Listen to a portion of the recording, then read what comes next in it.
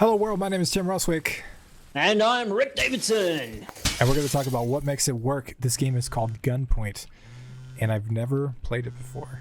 I looked it up just now, Tim, and it was released in 2013. It's a little dated. It's a little dated, but let's look at it anyway. It's cool. There's a mood here. It's rainy. I just got thrown out of Where a are window. you? Where's your character? He's down here. He's a little guy. Actually about to call you about something else, but now I'm more interested in this. We'll try. What do you need? My name's Selena Delgado. My boss, Rook, says you're some kind of freelance spy. I might have a job for you. Want to come up? Oh, that's cool. It's cool that the text box moving. I want to look at that character walking around, and I don't want to have to look somewhere else. Oh, like down the whatever you're doing down there. There's text down the bottom of the screen, so it's drawing my attention. As I walk. Oh, okay. So it's like some things are saying, like if you highlight, it gives you the intel down the bottom. I really liked that it was following the character, more of a tooltip style of thing. Yeah, I actually feel like this stuff down here could follow the mouse, you know, like whatever. But I think, okay, what do you do in this game? So you take the mouse and you do stuff. I'm figuring it out with you. We're gonna figure this out. Like I had heard of this game, but I've never played this game. First of all, that is cool. Whatever you did just then, as a very first thing you do in the game, the fact that you leapt onto the wall and stuck the it's pretty intuitive. So this comes up when I hold the mouse button, this little stuff, and then I can hop and climb like Spider-Man. Okay, he's a spy though, right? With the trench coat, and he's either a spy or a flasher. So one of the two. We're not sure which. I'm gonna get in the elevator, I think. So there's one bit of information. What is that? Book? Right What's here. That word? Yeah, I think it's a company or something. Okay, so there's one bit of information. A couple of doors. All right, I can't figure out how to open doors. That's a good start. Okay, so this is good. If you're watching anyone at home making a game, if you're watching someone play your game and they can't figure out how to do something, you normally get, well, I reckon about a minute of them being like, I want to solve this. This is cool. I don't know what to do. I want to solve it. After a minute, they'll be like, this is dumb. I don't know what to do. I'm not enjoying it. So we'll see how Tim goes. I predict you've got a minute before you're like, I can't open the door. I'm done. So when I hover over this, it says a breakable window takes a strong jump to smash it. So I assume I got to go up there, but I don't know how to jump in the window unless Can you go up the top and like Spider-Man down the other side and scare that person over there? Like, hello. I could just jump what's off he made there. out of? He's Bionic Man. I will say though, like even though I'm confused about what to do, the way that this all works, the jumps and the up and down, it does feel pretty solid. Okay. Like I don't feel like he's doing something I don't want him to do. I just feel like it's a puzzle game though. It's a puzzle game though, right? So right at this point, I'm starting to feel as a player, okay, there's a puzzle here. I wouldn't be frustrated by I don't know what to do because you've got movement. It is a bit weird that you're on the window and the person's like, hello, Spider Spy. I'm trying, like my thing goes in too. So like when my jump, maybe I can go to this side and jump through. Let me try that. So I think, well. Whoa. So I'm gonna go behind my head. That'd be so frustrating if you did actually, if you died or you had to reset or something. Jump from behind that guy. Oh, I gotta get up there, I think. Okay, we're gonna get this. I promise you. I'm good at video games. This is our best. At some point, we're gonna reach the what makes it work insight in this game. I like that it went straight into the game. That was cool. When you booted it up, it's just like boom, first level, and the instructions seem fairly minimal. So this has been the theme of all the other conversations we've had so far. That I really like when the players treated clever. Like, figure out what to do. Like it's a puzzle game. There you go. So one of the things I realized. Okay. Oh, they're on the. What? Oh, dude! He just he blam, and walked away. Okay. Were you locked during that little sequence, or did you still I have could movement? move, but I was focused. So one of the things I realized. So I'm running around, and as I'm running around, these tooltips don't show up. They take a second to fade in.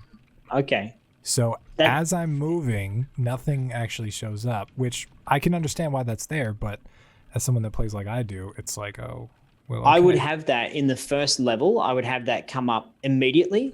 because you don't want to have that all the time. You know, every door you run past, it's like, here's how to use a door. After you do it once or twice, I know how to use a door. Right. But the first couple of times, you probably want to have that a little bit more explicit. Right. So now I'm seeing that I can interact with all this stuff in interesting Although it was ways. really cool. I love the discovery moment. You go being like, oh, this is, up and down. So, and it was a little longer than a minute, maybe 2 minutes, but we were kind of waffling on a little bit. So yeah. Okay. So this makes a little more sense to me. So what do those buttons do? the handprint scanner, only the guards can use it. So my first instinct too, because this stuff highlights, was to click. So I'm trying to click on it, but I need my little dude to interact with it. Which makes sense. Is that another door? You can't really go in that one. This says it's a handprint scanner, and then it opens a door. Closes if anything activates it. But I think... Oh, security. Oh! Skills. Didn't see me. Oh, you're in... Well, who's going to come and get you? Can though? I? Yeah. Well, the guard. Maybe the guard needs to open the doors. Wait, why did that open? I don't know. But we're going to get in, and we're going to go up. Hello, Mr. Bond. And now we're here. I'm not sure what I'm supposed to do up here. But we can go see about this guy. There we go. Make sure he's alive. Or just follow the bad guy. Yeah, follow the bad guy. Oh yeah, that's cool. That's quirky. Congratulations on purchasing your new Bullfrog brand Hyper Trousers. Caution, a maximum strength jump may shatter glass ceilings, windows, and children. Outdoor use only. Oh, cool. So a lot of games. Wow. That's awesome. Oh, and then title. A lot of games will get there and say, welcome to the game or the level. Here's your first cool tool, technique, weapon, whatever. Go use it. And then, I've got this thing, you go use it. But there was discovery there, which I quite liked, that I was asking the question, why can you jump around? Why are you Spider-Man? And then we find out just after that, because you're wearing what, super pants? Wearing your happy pants, so you can do big jumping. You're focused on the dialogue. I'm trying to... I think I was watching the audio too, because the audio got pretty loud. Oh, okay, sorry. Yeah, I can't for viewers at home, I can't hear the audio. So if I'm yabbering over the top of important dialogue, just tell me to stop. All right, so now I got to take missions. So that's the way this works. Okay. Except on the top floor of this building, there's a bank of servers with your computer nearby, so we can start the mission. Okay, that's cool. Let me turn this down a little bit. Okay. And a little bit more. Are you normally a puzzle game guy? There's some puzzle games that I enjoy. I don't go out of my way to seek them out, I don't think. Mm-hmm. So I think, okay. Yeah, I think like there's a niche of players out there who really want to be stumped, and that they want to have a puzzle that really challenges them to figure things out. I think there's a lot of gamers, well, holistically, I think gamers like to have challenge where they have to figure things out. A little bit of challenge. You know, do you do A or do you do B? I think it's A. Oh, it was A. I feel clever. And the challenge, I think, in this sort of game is finding the sweet spot. Because for me, I lose patience with puzzle games really fast. The Witness, I like this pretty game, but after a while, I'm like, oh, just tell me where to go. Just tell me where to click on. This is hard work. Okay, so I can hack this. I can read their stuff. Oh yeah, you hack it, man. I've heard grumbling lately some officers about your private security since we merged with city's largest security firms. Okay. Copy and close. All right, so I think that's just kind of like in-game lore stuff. Mm-hmm. Some people dig it. I like that it seems a little bit optional. You can just skip it. I'm a skipper of these things. Yeah, so me too. I'm like, yeah. You've got what you need from this terminal. Okay, so I can just Jump YOLO the window. it. Oh, man. No. Come on, give me a... There we go. There we go. That is a really cool way to end a level. Jumping out the window with your spider pants on. I'm down for spider pants. All right, so now I get good job. Are you choosing what to say here? A little bit of... Yeah, there was dialogue options. Does it have any impact though? Players love dialogue options. Makes you feel like you're in control of what's going on. So long as you see some consequences. So is this going to work if you do something a bit different, Right. Mass Effect style, and then it leads to some kind of different result. It seems to affect the dialogue, but maybe it doesn't affect the game. Right. Yeah. Okay, let's take her mission. Let's start. Guards will shoot on sight. The cursor turns red in areas guards can see. Jump on a guard to pin him to the ground. All right. I like jumping. I'll just navigate the level jumping. I like doing that. All right. Boom. Yeah, that's pretty cool. Take that. Yeah. That's that fun. Is cool. I keep clicking to punch. That's a cool moment, actually. That's the sort of thing you'd have on your marketing video. Honestly, I feel like the game should have started with that, because that was cool. Like that initial part was a little confusing, but like jumping on a dude and punching him feels somewhat intuitive. It'd have more of a win, wouldn't it? Because as it was, you were sort of in a very safe environment. You were running around the outside of the building trying to figure out what was going on in that very first level. But yeah, that moment of, take out the guard. You're like, how do I take out the guard? Right. Okay, so this, I believe I have to turn off the lights, and then the guards He's like, come looking for it. Can I jump over him? Okay, I can pull some skills. Smash into him. Oh, okay. Oh, he shot me. Oh, okay. Load a saved game. 4 seconds, 8 seconds. Oh, that's really cool. That's a winner. It saves because they every few know seconds. in this puzzle sort of game that you don't want to go the whole way back to the start. I think you should smash into him. Oh, that's right. Yeah, totally. Okay, so give him to open the door. And then get him. Punch him. Punch him. I keep punching him over and over and over. There we go. Send the right message to the kids out there. Yeah. All right. So actually, this little level made me like this game way more. Like everything I played up until this point has been like, okay, you're stringing me along. This little level though was like, oh, okay, this is interesting. I like. Okay, I'm starting to get how these things do you work. think the game should have had this moment earlier? Like you've been going for 5 or 10 minutes, and you've been like, a lot of players would be like, done. I want my money back. If they're not enjoying it after 5 minutes. If I wasn't on video right now, being completely honest, I mean, depending on how much I paid for it, I might treat it differently. But I'm into this now. I'm actually. I don't. But then the question is, would you be, because you had that low point. This is the beat chart in a level. If you're 10 the whole time, 10 out of 10 excitement, then you don't get the opportunity to have the lull and then really appreciate, enjoy the good bits. So you start off with a bit that was a bit softer, and then you had that, whoa, that bit was cool. Would that have had as much impact if you'd started with that? That's a good question. I guess we'll never know the answer to that. But I didn't know what the game was, I guess, at first, until kind of that moment. And I'm like, oh, okay, I take out the guards to get the thing. That makes sense. I found an upgrade screen. So this makes me even more interested, because now I'm I like, love okay. upgrades. Oh, yeah. Yeah, I want a bullfrog jump. I want charge up time. Bullfrog's a cool word. I like that for your spider pants. Oh, you got cool little devices, rewire electronic devices. Oh, we're having a little bit of a video gamer nerdgasm here. It's like, putting upgrades into your game. I don't know anyone who doesn't like upgrades. Yeah. Upgrades are so good. It's pretty great. So I don't generally like to talk. I just want to do your mission. I want to take out your spy people and hack your systems.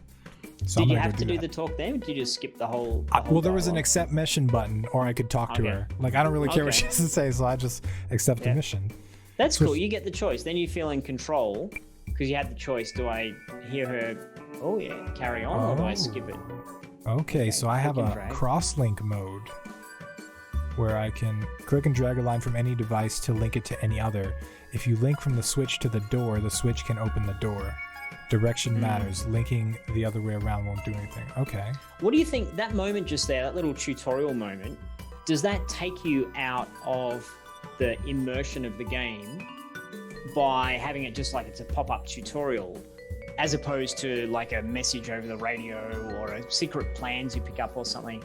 Or like does it not matter? Or like game.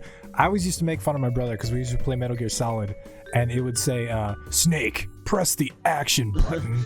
And I was like, what? You're like a secret spy in underground base, but he's telling you to press the action button. Yeah. I think there's always a better way to do it. I don't think there's always an easier way to do it, though. And I think sometimes you got to go with, like, this does the job, right? So yeah, if you got dev resources, you got to put somewhere else. Like, this makes sense. Yeah.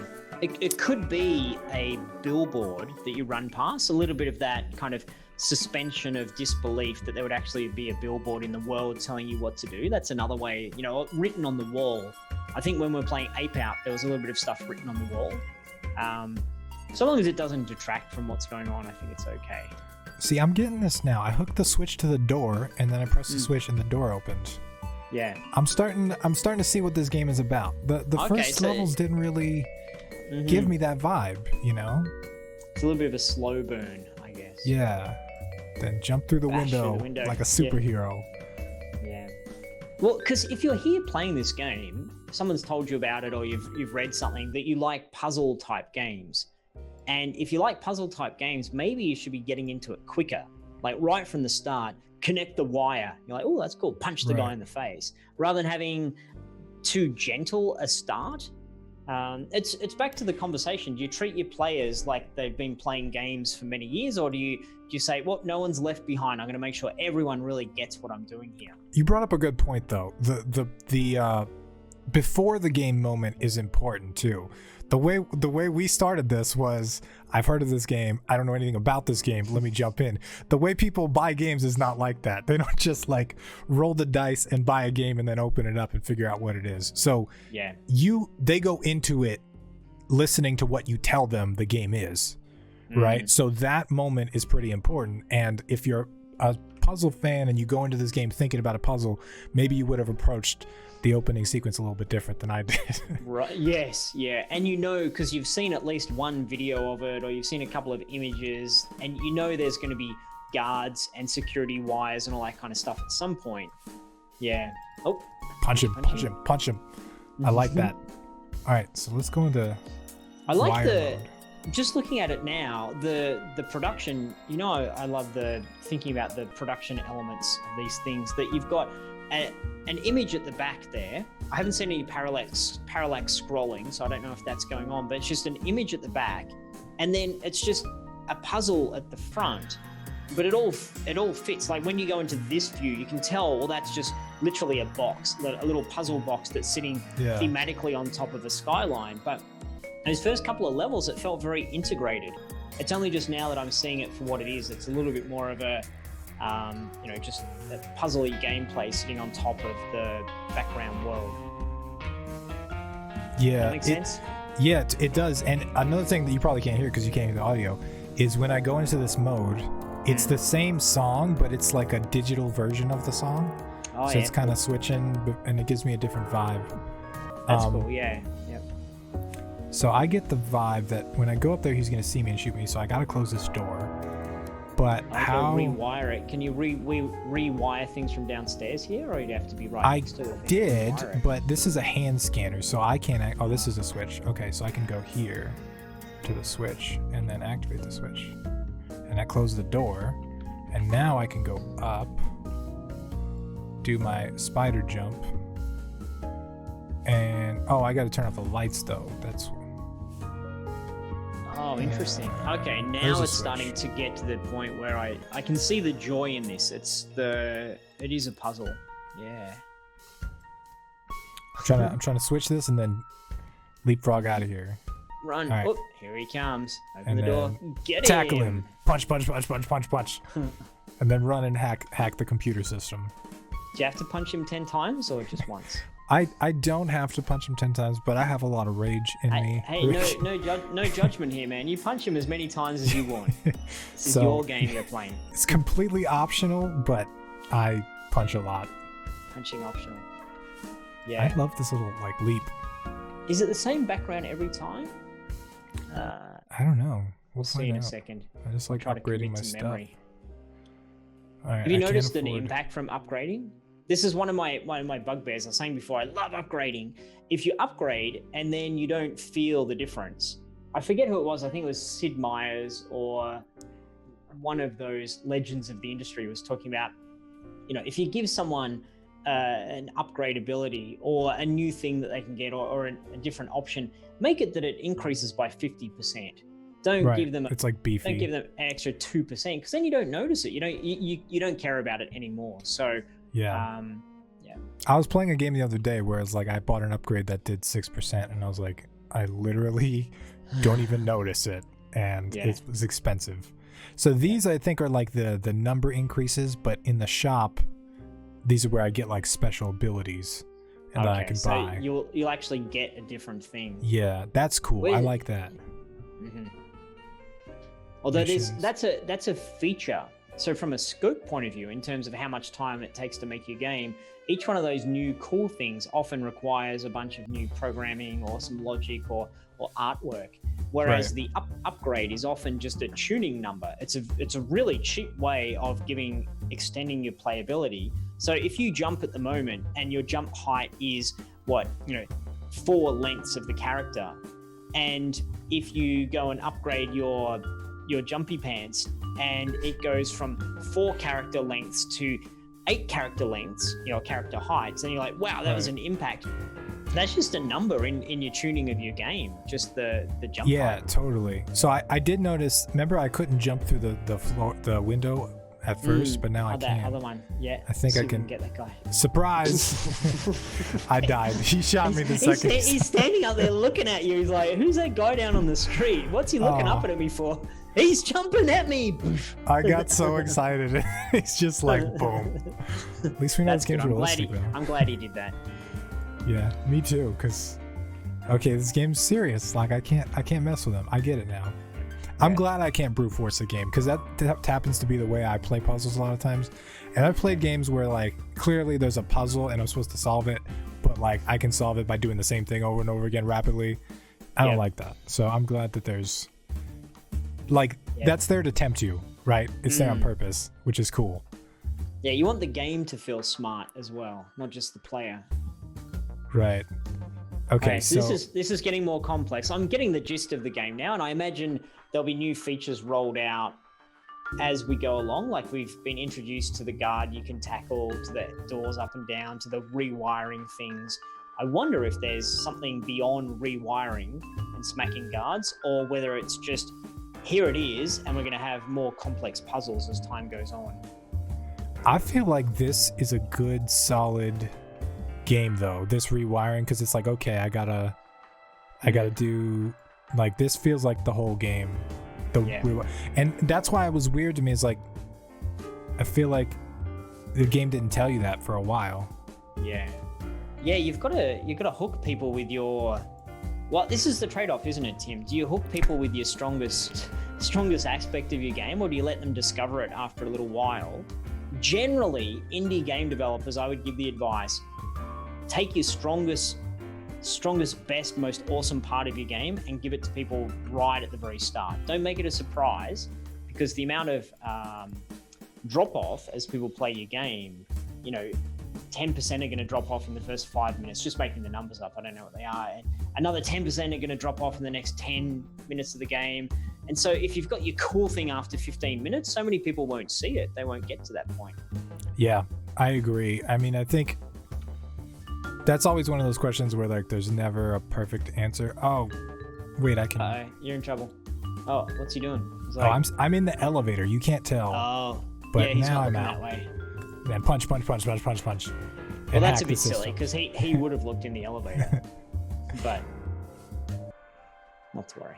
I mean, when I leapt 4 floors into a window, I felt like realism was off the table at that point. Valid, but you're wearing jumpy pants, so that's true. They could exist.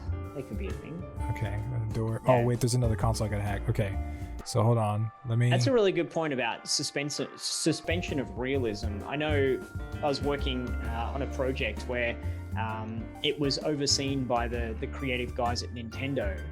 And the reason they're so amazing is they're like, all right, if it's fun and cool, whatever, just do it. Like, a little guy floating in the cloud with a fishing rod, pulling people out of the water in their race car, whatever, who cares? Just do it. It's quirky and it's awesome.